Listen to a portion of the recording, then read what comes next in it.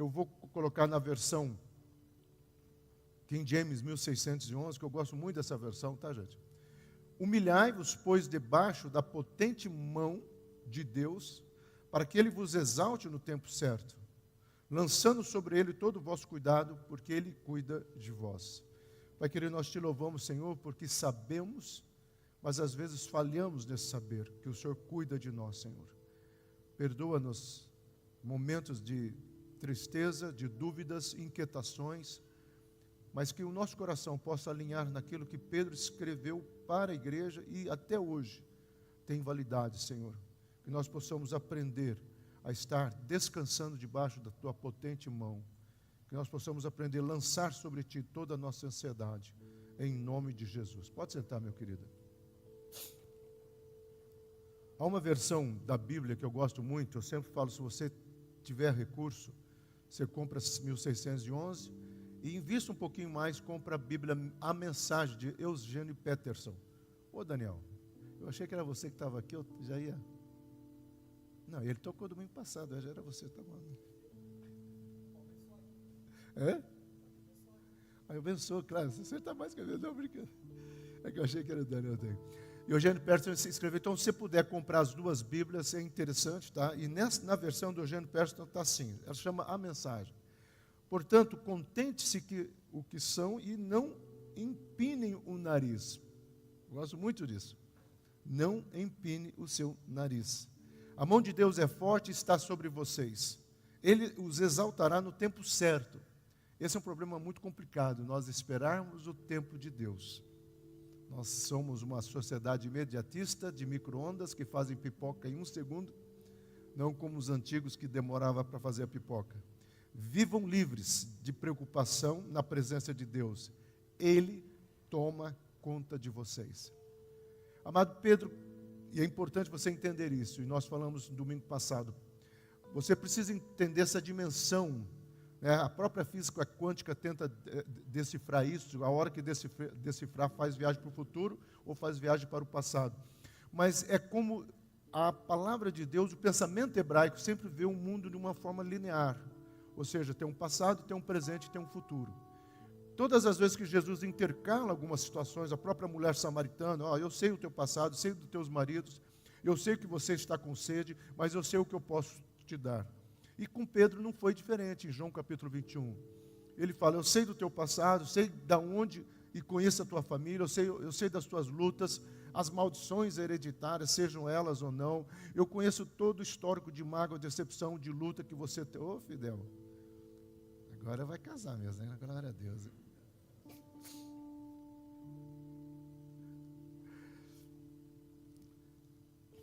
A Ângela já fazendo assim para mim. A Ângela fala assim que eu forço muito a barra, tá? Mas você tem que casar, independente de eu forçar a barra, tá? Deus fala do passado, eu conheço o teu passado, eu conheço a sua história. Depois ele olha para Pedro, Pedro, eu sei que você está aí com as suas dores, com as suas culpas. Eu falei domingo passado que um dos sentimentos mais terríveis que a humanidade caminha ou leva, principalmente pós-pandemia, é a culpa. A ansiedade já existia, crise de pânico já existia, mas estamos vivendo um momento de muita culpa em todas as áreas, culpa por não ter sucesso, culpa por não ter conseguido aquele carro X, culpa, e muitas vezes as pessoas estão se sentindo inoperantes, fracassadas, etc, etc, como o Senhor falou, eu conheço o teu coração, eu conheço a tua tristeza, eu conheço as tuas lutas, e aí vem a grande mensagem que nós pregamos no domingo passado, mas eu sei qual que é o teu legado. E hoje o título da mensagem é isso que o Guilherme ministrou nos nossos corações, ouse confiar. Nós somos chamados a confiar.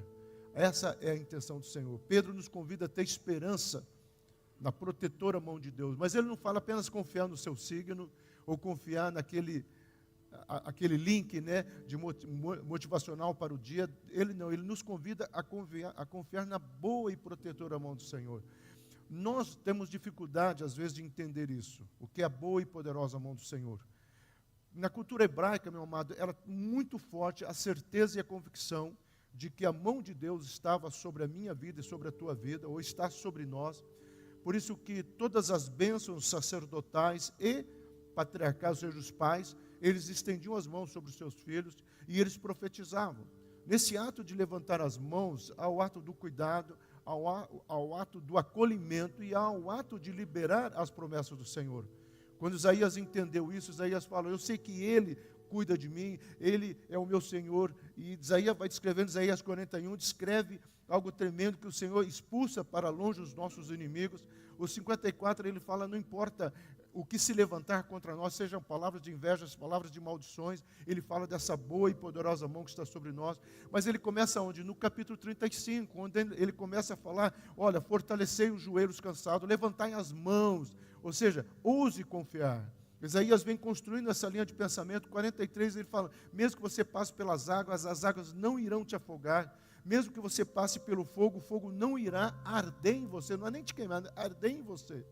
Então o conceito de mão estendida sobre nós era um conceito que na cultura hebraica fazia com que o judeu sabia que o Senhor estaria presente na vida dele. Então, como alvos da graça eterna em Cristo Jesus, nós precisamos estar certos de algumas questões que Pedro vai trabalhar no capítulo 4 e o capítulo 5, nós estamos pregando nesse tema. Primeira coisa que ele fala que nós precisamos entender isso, ele nos exalta. E antes de falar isso, nós vamos estudar esse versículo, mas só dando uma pinceladinha, um spoiler. Ele fala o seguinte, ó, se você não aprender o teu lugar, se você não aprender realmente quem você é, e aí é uma grande questão que as pessoas têm dificuldade hoje, quem que eu sou? E Pedro fala assim, ó, você é uma pessoa que depende do Senhor. A palavra no grego, nós não vamos estudá-lo, mas a palavra humilhar ali no grego é saiba qual é o teu lugar, ou seja, conheça você. Por isso que o Mateus, quando o Senhor começa a falar o Sermão do Monte, ele fala, você quer conquistar o reino dos céus? A palavra ali no grego é a palavra sunarão, você quer encontrar um sentido para viver nos dias de hoje? Humilha. Bem-aventurados os humildes. E essa palavra no grego é a mesma palavra que Pedro usa, ou seja, saiba quem você é, saiba dos seus limites, conheça a você mesmo, saiba quem é o seu Deus, saiba quais são as suas promessas. Então, antes de nós falarmos que Ele nos exalta, nós precisamos saber do nosso legado. É Ele que confirmará as suas promessas. Pedro termina tanto a segunda carta, ele vai falar, olha, não importa o que sobrevier. E a segunda carta ele pega um pouco mais pesado, ele fala sobre a questão das dificuldades, das lutas, da possível perseguição. Nós falamos domingo passado que Pedro estava sentindo, era essa mudança, né, de Domiciano para Nero, os dois imperadores, e ele parece que no sentido espiritual ele falou, opa, a coisa pode piorar. Então se a coisa piorar e você for exprimido, qual é a essência da sua vida? Paulo, quando escreve a segunda carta aos Coríntios, Paulo fala o seguinte, ó, capítulo 2, versículo 14, graças a Deus, ou glórias a Deus, eu sou mais do que triunfante em todas as coisas. E aí ele fala o seguinte, quando eu sou exprimido, sai o cheiro de Cristo. Era isso que eu e você somos convidados, isso nós somos convidados, porque quando nós somos exprimidos, tem que sair o cheiro de Cristo, da certeza, da convicção de que eu não sei como o Guilherme falou aqui, eu não sei como, mas eu sei que Deus é soberano e sabe todas as coisas. Ele nos dará força e nos dará um alicerce firme, e Pedro vai trabalhar isso.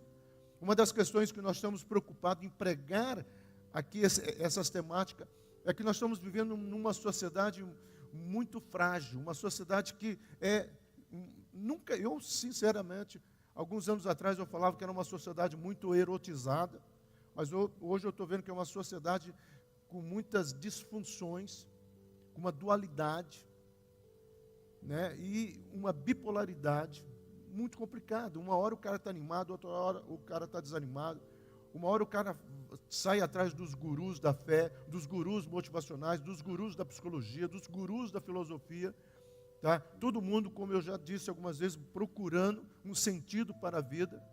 Quando Jesus olha para aquela mulher, ele fala, a mulher samaritana, em especial, ele fala, eu sei o que você está procurando, eu sou a água da vida. A palavra água da vida é uma expressão no grego, tá? E não é aquilo que o Ed de Render falou não, tá? Mas é uma expressão no grego que fala trazer um sentido para a sua existência. O Senhor está falando o seguinte, olha, você teve 5 envolvimentos afetivos, em todos eles você estava procurando um vazio, tá? ou preencher o vazio, você estava procurando uma resposta, e é como se ele falasse, eu sou a resposta para a tua vida. Então ele nos dá força, e ele nos dá essa firmeza, a igreja precisa dessa base. Eu gosto muito desse tema, É uma poesia enorme, é um sermão de Spurgeon, mas eu coloquei aqui. As convulsões da natureza, seja aquela, né, que acompanha o êxodo, fora como as convulsões do parto do povo israelita. Nascia uma nação de uma só vez. Ele fala assim, ó, eu consigo imaginar o mar se abrindo. Eu consigo imaginar o Jordão parando. Eu consigo imaginar o Sinai tremendo. E aí ele continua, essas convulsões, é como se um parto estivesse acontecendo. E eu gosto muito dessa frase, amado. Muitos rabinos trabalham essa frase, uma nação que nasce no deserto. No meio do caos, no meio do nada, nasce uma nação. Sabe por quê? É o Deus criador de todas as coisas. É isso que eu e você precisamos entender e avançar. Então ele fala, humilhava-os, pois, debaixo da potente mão de Deus. No grego, essa palavra é krataios, que significa grande poder, grande cuidado. O talit, meu amado, quando o judeu coloca e ele vai no Muro das Lamentações, ou se você estiver ali no Bom Retiro, ou algum lugar de São Paulo, você vai ver muitos, né, com aquelas cordinhas penduradas aqui, aquele é o talit, para eles não ficarem pegando metrô ou andando em qualquer lugar com aquilo na cabeça. Eles criaram um jeito de enrolar desde o tempo de Jesus, tá?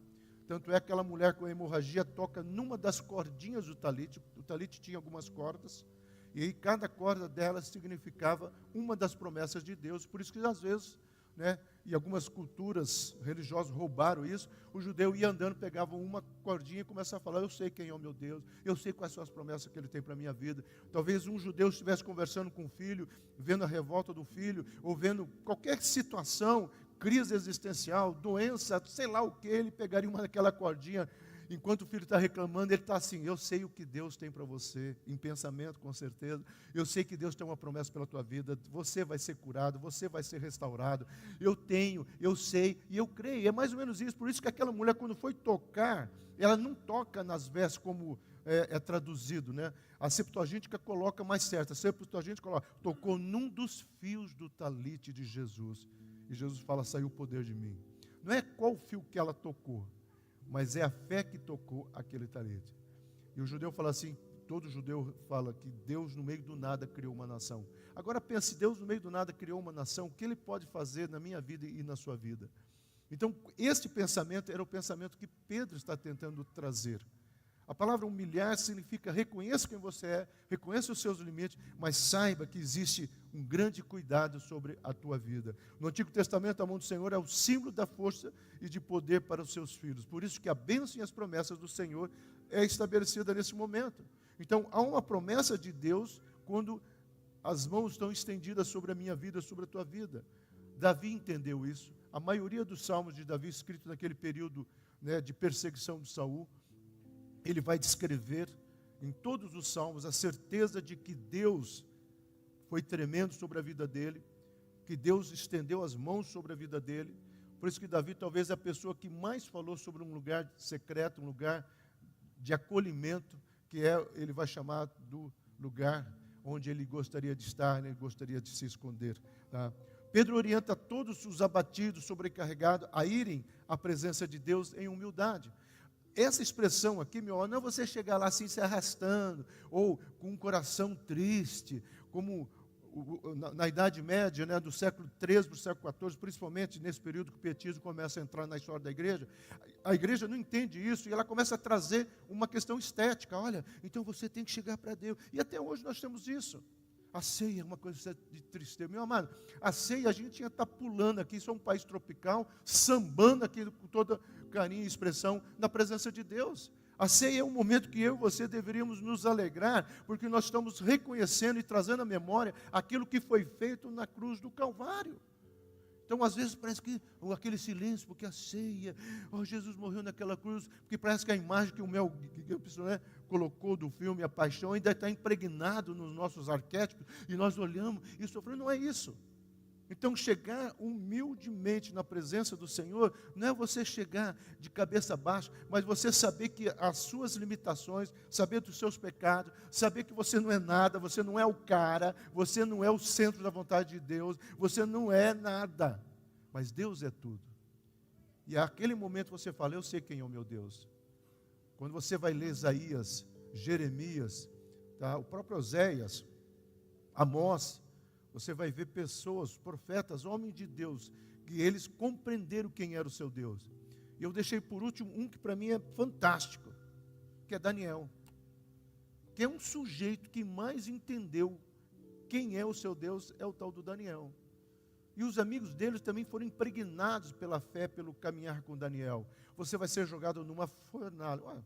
Se Deus quer que a gente morra queimado agora, vamos virar churrasquinho gospel. Agora, se Deus não quiser, essa fornalha não vai fazer nada. Você vai ser jogado para os leões. Se eu vou servir de alimento para os leões, ok, não deixa eles passando fome. Tá?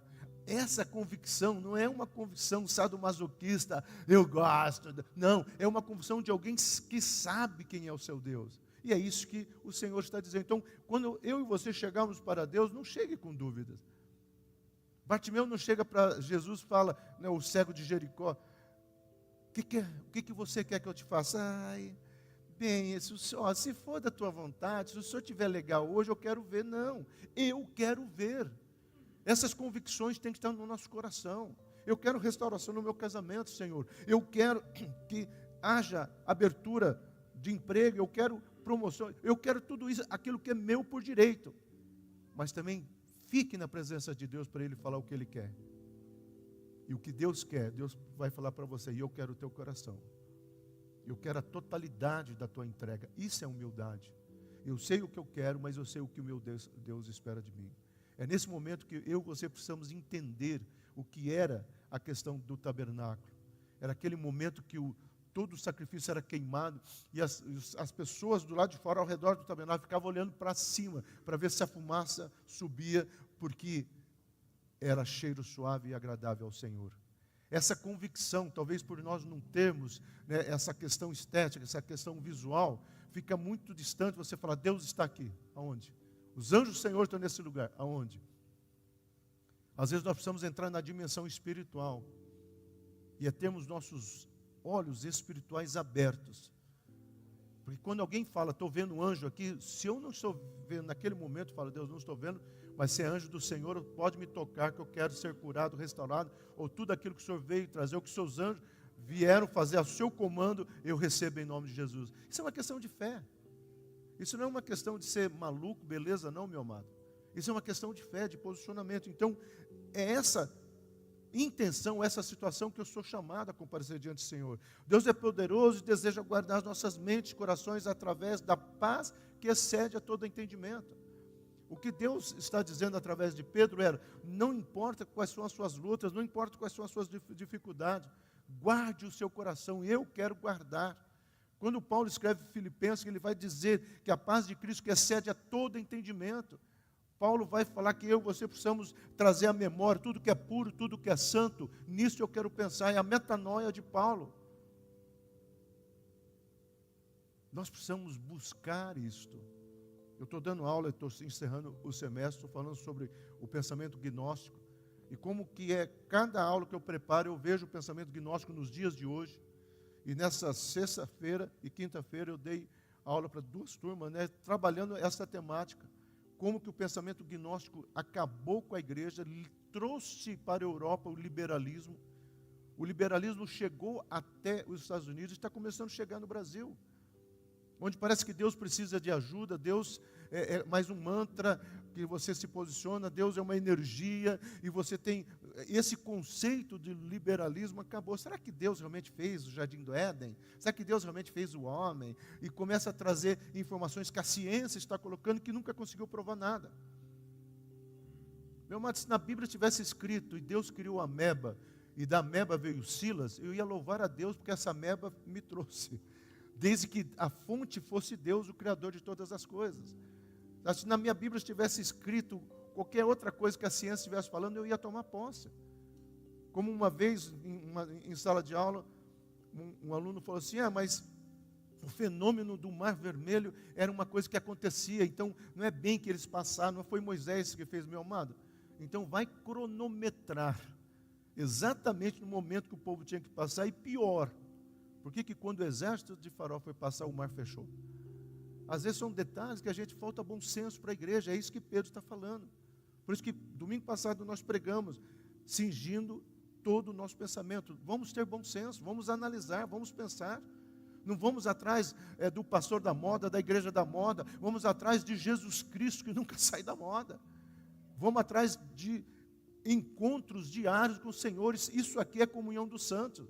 O encontro diário com o Senhor se faz todos os dias. E é isso que Pedro está colocando. Então, essa paz que vai exceder todo o nosso entendimento não é algo que você busca na igreja, mas é algo que você vem louvar, porque Deus colocou isso na tua vida. Então, não permite que o desespero te afaste da presença de Deus. Antes, vá a Deus e conheça os seus atributos. Segunda-feira passada, eu dei aula sobre quem é o nosso Deus. E eu peguei muitas coisas no hebraico, trazendo a mentalidade judaica do quem é Deus. Porque às vezes nós precisamos parar e pensar, quem que é Deus para nós?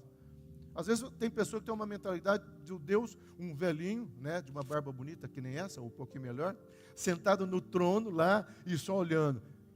Não gostei, gostei, não gostei. Ou então, eu vou abençoar este daqui. Tem pessoas que acham que isso é Deus. Outras pessoas acham que Deus está carrancudo. Outras pessoas comparam Deus com um pai. Eu tive um pai ruim, talvez Deus seja ruim. Ou eu tive um pai que me fez tudo, Deus tem a obrigação de fazer tudo. Não, meu irmão, nós precisamos conhecer o Deus da palavra, o Deus da Bíblia. E algumas questões que nós precisamos começar a entender aqui. Primeiro, eles entendiam na cultura hebraica, Deus era Elohim Altíssimo, Deus de todas as coisas, possuidor de todas as coisas. Então, quando eles iam orar, eles sabiam que o versículo dizia, Deus é o Deus do ouro e da prata. Eles sabiam que esse Deus Elohim é o Deus que criou todas as coisas, porque Ele é o possuidor de todas as coisas. É o Deus que pode trazer a existência. É debaixo dessa poderosa mão que eu estou presente. Então, quando eu estou orando, quando nós estivermos orando, nós estamos orando por um Deus que é altíssimo, que criou todas as coisas e possui todas as coisas. Então, talvez eu possa dizer, Senhor, eu estou precisando. Mas Deus quer ser o possuidor do meu coração e do seu coração. Talvez a coisa mais preciosa é o Shaddai, tão conhecido nosso, provedor. Davi vai fazer um acróstico desse versículo aqui, onde ele vai escrever o Salmo 23. O Senhor é o provedor, não mexa aí não.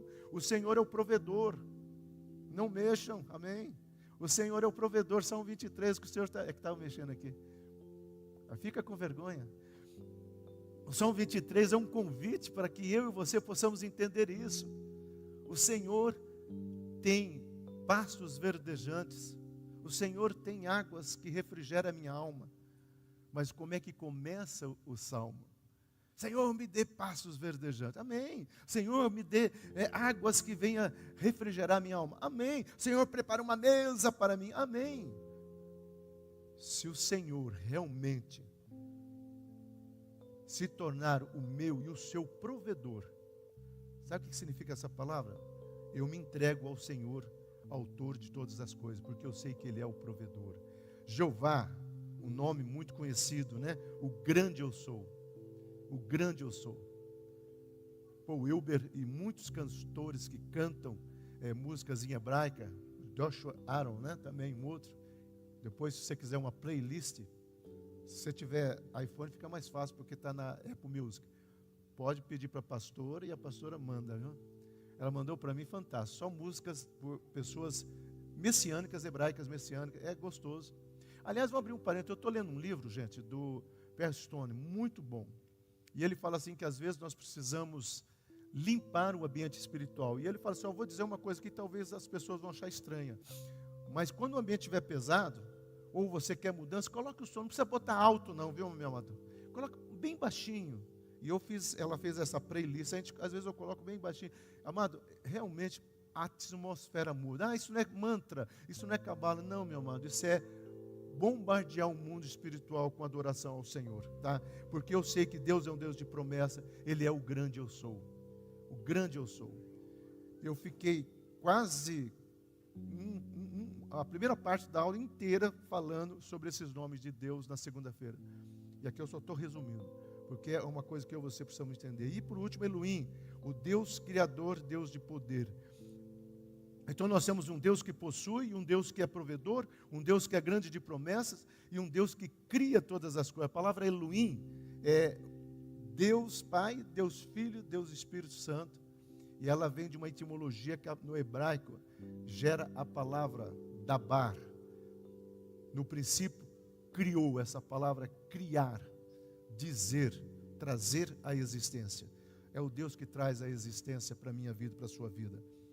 Lembrando, se você gostou, me peça, eu te mando em PDF essa mensagem, você não precisa ficar copiando. Então, a verdade é proteção, a verdade é âncora para a nossa alma. Não deixe de orar a Deus. A verdade é proteção. Por isso que o Senhor Jesus, quando estava num contexto, fala: conhecereis a verdade vos libertará. Pedro ouviu isso. E talvez por isso a preocupação de Pedro de trazer um cristianismo, um evangelho que pudesse fazer diferença na vida daquela igreja. E é isso que nós precisamos entender. Veja o Salmo 91:15. Ele clamará a mim e eu lhe darei resposta. E na adversidade estarei com ele. Vou livrá-lo e cobri-lo de honra. Olha que coisa tremenda. Veja João 14:13. E eu farei o que vocês pedirem em meu nome, para que o Pai seja glorificado no Filho. Olha que coisa tremenda. João 16:24. Até agora vocês não pediram nada em meu nome. Peçam e receberão, para que a alegria de vocês seja completa. Meu amado, Deus não quer crente triste nem chorando. Deus quer trazer um relacionamento onde Deus vem encher a minha vida de alegria. Há um cantor do Inário, 155, do cantor cristão batista, o autor Joseph Scream, ele diz o seguinte: Adinaldo deve conhecer isso, quem passou já pelas antiguidades deve conhecer, viu, pastora Sandra? Que paz perdemos sempre, que dor no coração, só porque nós não levamos tudo a Deus em oração. Dá vontade de chorar, não dá? Que paz nós perdemos só porque nós não levamos tudo a Deus em oração. Esses dias o Nohara estava trabalhando aqui e estava de joelhos, o Nohara japonês, e eu passei e falei assim: de joelho é melhor. Aí tinha umas duas senhoras passando: aleluia, de joelho, e começar a cantar assim: na alegria ou na dor, sempre orando ao Senhor. Falou: amém, de joelho é melhor. Isso é fantástico. É essa alegria que Deus quer trazer no meu coração, no seu coração, para que Ele vos exalte no tempo certo. A palavra exaltar aqui é a palavra upsu, que significa trazer dignidade. Olha que coisa linda. Deus quer trazer dignidade para mim e para você, meu amado. Deus não quer que você viva dando murros em ponto de facas, apagando um incêndio, matando um leão a cada dia. Não. Empurrando o mundo com a barriga. Olha que frases satânicas. Deus espera que eu e você tenhamos dignidade, porque Ele quer trazer essa dignidade para nós. Ele quer nos honrar. E honrar, meu amado, muitas vezes é abrir portas que o inimigo fechou. E honrar é aquilo que Deuteronômio 28 diz, nos colocar por cabeça. Mas também nos honrar para nós estarmos aqui todos os domingos e dizendo: Senhor, eu estou aqui porque eu te amo. Eu estou aqui porque eu tenho gratidão no meu coração. Eu estou aqui, como o Guilherme falou, porque o Senhor trouxe livramento. Uma madrugada eu estava orando e eu falei assim: Deus, esse negócio de livramento é engraçado. Sabe o que Deus fez, Silas? Você gostaria que eu fizesse assim? Então você está andando e de repente, o telhado cai em cima lá. Vamos pegar cai em cima do carro do Guilherme, amassa tudo, quebra tudo. Ou então o Rafaelzinho cai, fura o olho, aí para o tempo, aí volta. Aí Deus fala: agora esse eu vou mostrar o livramento. Não aconteceu nada. Você queria que eu fizesse assim, indo, voltando, indo, voltando? Ia ser tedioso a nossa vida, mas talvez assim eu e você iríamos entender que houve livramento.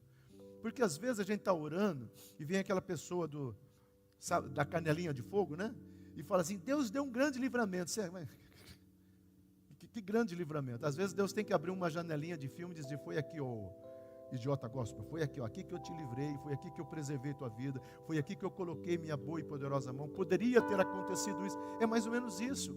Isso é honra. Eu estou te honrando porque eu estou cuidando da sua vida. Isso nos assegura que Ele tem um interesse pessoal por nós. Olha Lamentações: como é amargo recordar meu sofrimento, meu Deus amparo. Lembro-me disso em dias terríveis, enquanto lamento a minha perda. É triste, mas calma lá. Ainda ouço, porém, ter esperança quando me recordo disso. O amor do Senhor não tem fim. Olha que coisa tremenda. Suas misericórdias são inesgotáveis. grande é a sua fidelidade, as suas misericórdias se renovam a cada dia. Lamentações capítulo 3, versículo 19, é uma certeza que eu e você precisamos ter. Deus tem um interesse pessoal pela minha vida e pela sua vida. Se Ele não tivesse, a hora que o homem pecou, que ele já sabia, vamos dizer que ele não sabia. Ele está lá no céu, de repente vem um anjo correndo. Adão e Eva pecaram. Aí Deus falou, destrua. Eu vou construir uma nova civilização.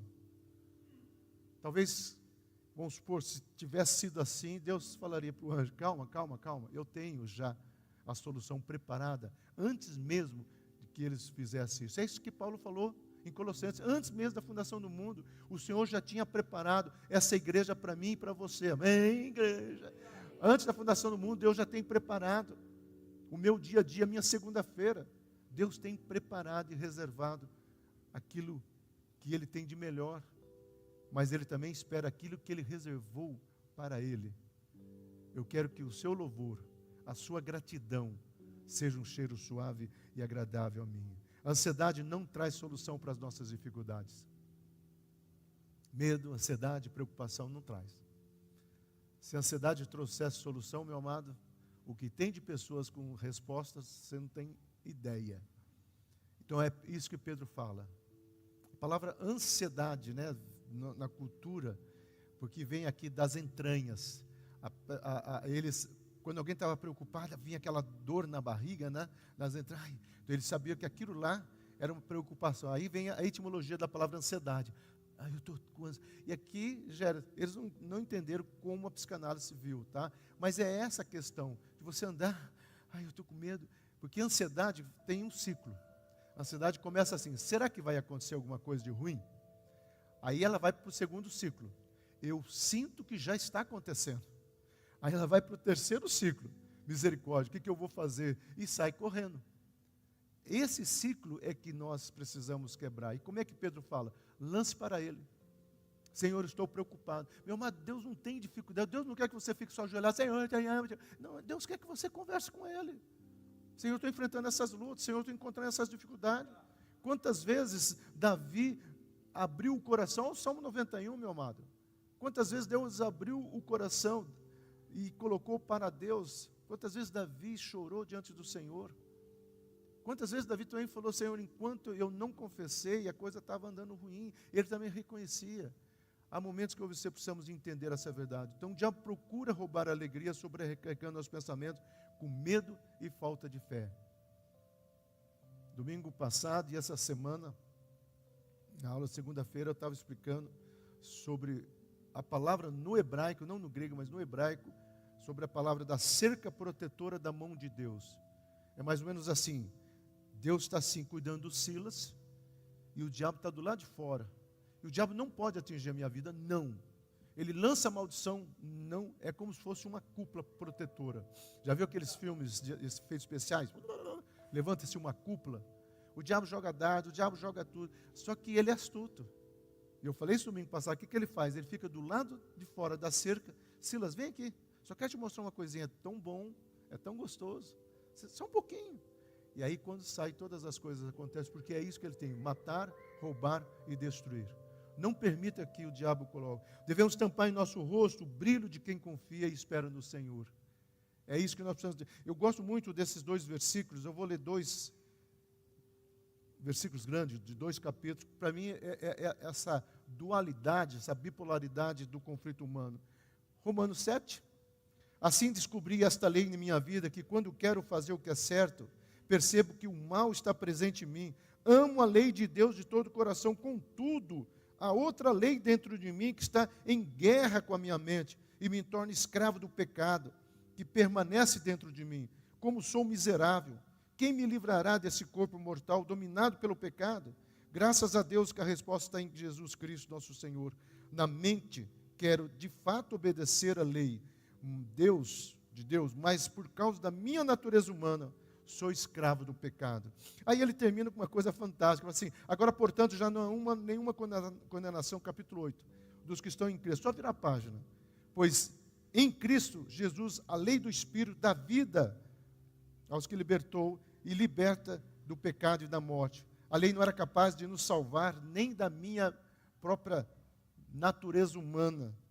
Mas Deus enviou o seu próprio Filho na semelhança da nossa natureza pecaminosa e apresentou ele como sacrifício por nosso pecado. De modo que nós que agora seguimos não mais essa natureza humana, mas sim o Espírito que habita em nós. Capítulo 7 é um cara desesperado dizendo, não tem jeito, eu já tentei ser fiel, eu já tentei viver uma vida sem pecado, mas tem algo dentro de mim que não coopera. Aí o capítulo 8, ele fala assim, tem algo dentro de você que pode fazer toda a diferença. Meu amado, o Espírito Santo não veio trazer dons, não. O Espírito Santo não veio fazer você falar em línguas, não. O Espírito Santo veio mudar o meu e o seu caráter, a semelhança de Cristo. Os dons espirituais é resultado. É quando você está orando tanto que o Espírito está tão cheio dentro de você e muitas vezes você está orando coisas inexplicáveis na tua razão, mas o mundo espiritual está entendendo. E eu expliquei isso na segunda-feira, que se você está aqui na igreja, você pode orar em língua, orar em língua, você pode profetizar, você pode rolar no Espírito, amém, glória a Deus. Mas se você vier aqui na frente, pegar o microfone e começar a falar em língua, Deus vai levantar um intérprete. E nós já tivemos isso. Lá na Cesarovim, quando o Steve Jones começou a falar em línguas, e o Natalino, né? Lá de trás, desculpa a expressão, a pessoa mais simplória da igreja. Né? Lá no sul a gente fala analfabeto de pai e mãe. O mais simplório da igreja começou com uma voz de autoridade a interpretar o que o pregador daquela noite estava falando. É assim que funciona. Então por isso que eu e você precisamos ter esse brilho e essa certeza de que Deus está. Salmo 73 fala assim, o meu corpo e o meu coração poderão fraquejar, mas Deus é a força do meu coração e a minha herança para sempre. Olha que coisa tremenda. Asaf falou isso. E quando Asaf escreveu esse salmo, ele estava numa situação complicada. Ele morava numa casinha simples, e ele estava olhando, talvez, os bacanas da cidade, e ele ficou, porque o Salmo 73, ele começa a questionar isso, por que os ímpios prosperam, por que os ímpios isso, por que os ímpios aquilo. Aí, de repente, ele começa a entender, mas peraí, aonde está o meu coração? E ele fala isso, olha, o Senhor é a minha herança. E aí ele começa a levantar, eu sei qual é o meu legado, conforme o domingo passado, e eu vou ousar a confiar, porque eu sei que tem o que Deus tem para mim. Então, portanto, vamos dedicar tempo à adoração, tempo ao louvor e à leitura da Bíblia. Meu amado, não pegue a Bíblia só num domingo. Aliás, o pessoal nem pega mais a smartphone agora, né? Tenha uma Bíblia de papel em casa, por favor, tenha. Porque smartphone chama atenção. Comece a ler a Bíblia. Adore. Ah, pastor, eu não sei louvar. Ponha alguém que saiba.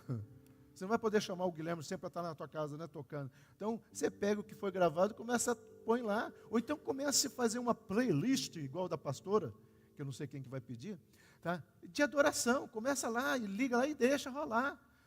Claro que você não vai cantar porque está em hebraico, mas o mundo espiritual sabe o que está sendo dito. Ou então você coloca uma playlist onde está, leia a palavra e adore ao Senhor. Meu amado, eu quero encerrar com isso aqui. Fortaleça-se, se console na esperança eterna, pois Ele é eficaz para guardar a nossa vida de todo desespero e toda angústia. Confie no Senhor, descanse do Senhor, creia naquilo que Deus estabeleceu. E eu encerro Pedro aqui, não sei que nós vamos pregar, porque domingo que vem é o culto do amigo, já vou falar sobre ele. Mas eu quero orar para aquilo que Deus vai trazer. Meu coração está tendencioso a 1 João, 2 João, 3 João, mas isso é minha alma. Mas eu vou orar para ver o que Deus quer que a gente continue, de usar um termo, nessa pegada. Porque eu quero que você entenda que nós vamos passar por momentos difíceis, não que a coisa vão ficar trágico. Os momentos difíceis que eu creio que a igreja vai passar, não é que a perseguição, talvez venha, já está acontecendo, mas é de posicionamento e entendimento das verdades do reino de Deus. Não vá atrás de pastores, mantras, nem gurus, nem psicólogos, nem filósofos, nem coachings. Vai atrás do Senhor. Como que eu faço? Ajoelhe na tua casa. Ajoelhe na tua casa. Eu sei que tem pessoas que talvez não consigam ajoelhar, Mas nem que seja alguns segundos, você vai ver a diferença do que é ajoelhar e se entregar nas mãos do Senhor. E dizer, Senhor, eu estou aqui. Aprenda a mandar o WhatsApp gospel para o Senhor, no trânsito. Senhor, eu te amo. Senhor, Tu és o meu Deus. Aprenda a ter esse relacionamento com Deus. Aprenda numa sala de aula, no serviço. Senhor, eu te amo, hein? Seja poeta, não como Davi, talvez, mas diga, Senhor, Tu és a minha verdade. Era isso, e é isso que nós precisamos estar nos fortalecendo. E aqui que nós precisamos nos entregar. A minha herança estará sempre no Senhor. E eu quero recapitular a frase desse hino. Ó que paz perdemos sempre. Ó que dor no coração. Só porque nós não levamos tudo a Deus em oração. A avó Suzy amava esse hino. Muitas vezes nós vimos para cá, algumas vezes cantando esse hino. Ela cantava e eu cantava, e nós dois achávamos que ela estava cantando. E tinha um monte de anjo assim tampando o ouvido, mas dizendo, sobe para cima, né? Desafinados como nós éramos. E a gente cantava naquela rondão. Ó que paz perdemos sempre.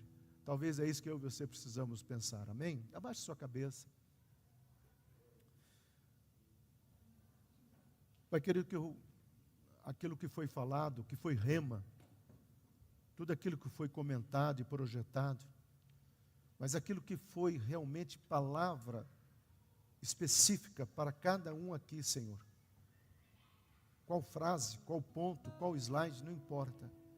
Mas que eu e esse grupo, todos nós, possamos sair daqui compreendendo aquilo que o Senhor usou Pedro para alertar a igreja naquele tempo e hoje para nós. Que possamos não perder a paz, não ter dor no nosso coração, porque nós aprendemos a levar tudo em oração. Ensina-nos em nome de Jesus. Amém?